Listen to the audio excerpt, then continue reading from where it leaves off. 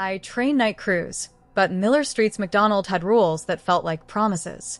The lights hummed. The dining room was empty, but for the gleam of cold trays. The fryer breathed in a slow, steady rhythm. Outside, street lamps pooled like coins on wet asphalt. Inside, the air seemed to gather around us, like an audience. My name is Amir. I came for steady pay and a quiet shift. The manager handed me a plastic sleeve on my first night. Inside were typed lines labeled night crew rules.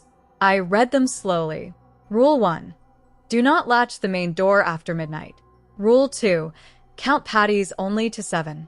Rule 3. Answer the freezer knocks with your name. Rule 4. Do not unwrap paper bags after 2 a.m. They looked like jokes. The manager shrugged. Old habits, he said. Don't ask. Lena was my first trainee. She had nervous hands and a laugh that came out small. I taught her the register, the soda guns, the proper way to fold a bag. She learned the rules and said them like prayers. She would count patties up to 7, stop, and begin again. The rhythm steadied her. It steadied me. The first time the rules showed teeth was the night Lena disappeared. She walked toward the storeroom and then vanished from the camera feed for 13 seconds. When the frame returned, her badge did not show an exit. We searched the block. We called her phone. We found footprints by the back door that stopped at the alley like a question. 3 nights later, she came back, wet, shivering, with a faint bruise along her wrist. She would not say where she had been. When I pressed, she only whispered, "It told me to come back." Her smile went flat like folded paper. After that, the crew stopped laughing at the rules. The radio would crackle into static when someone said a number above 7. The fryer would spit if a count slipped. A cold patch would run across the kitchen, even with heaters on. We learned to obey, without asking.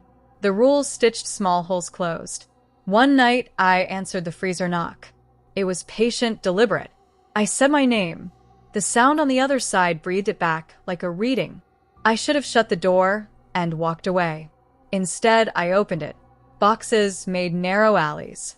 Frost rhymed everything.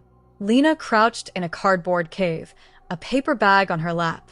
Her fingers were white where they gripped the knot. She looked like someone who had been given a delicate truth. "Don't open it," she told me. Her voice was dry.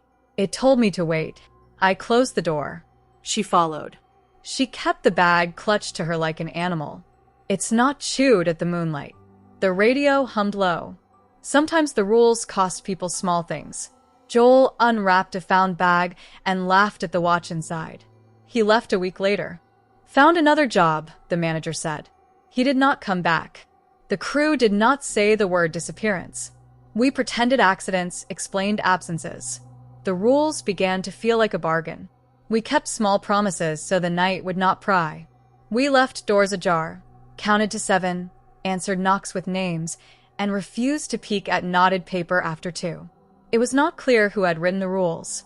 They had been there before us like old stitches. The nights passed with a rhythm. Regulars came at 2 a.m. with tired jokes. Teenagers finished shifts and hugged the warmth before walking home. We learned each other's faces under the harsh light. The rules kept a steady pulse. Sometimes I thought they offered mercy. Sometimes I thought they were a kind of lock. Once, during a slow hour, I found my reflection lagging in the window by a breath. I stopped moving and watched the reflection smile a beat later. My skin prickled. I told no one. The crew would only nod at those moments, as if they had counted it into the ledger. Months in, Lena kept the paper bag. She pressed the watch flat against her chest when she laughed.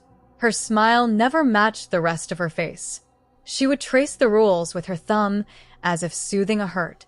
If a new worker laughed at the rules, she would let them, and then watch them closely. Some lasted a night.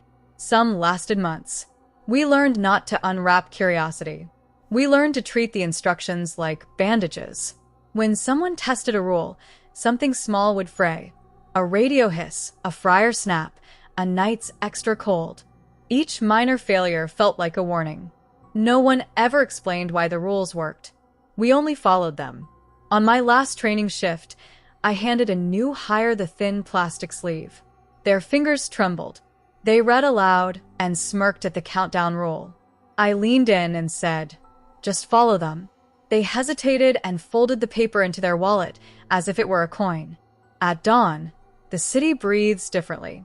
The lamps dim. The early buses startle the sidewalks awake. We wipe down counters and stack trays and go through the closing list. We obey the rules because they are the shape of the night. They are tiny acts that keep a larger silence at bay. If you ever work a night job and someone gives you odd rules, listen. Some are rituals. Some are habit. Some are small contracts with a patient dark. They ask for little things, a name, a number, a refusal to peek inside a knotted bag. We follow them because the night is patient and remembers where it was wronged. We follow them because it is easier than being the mistake that wakes it.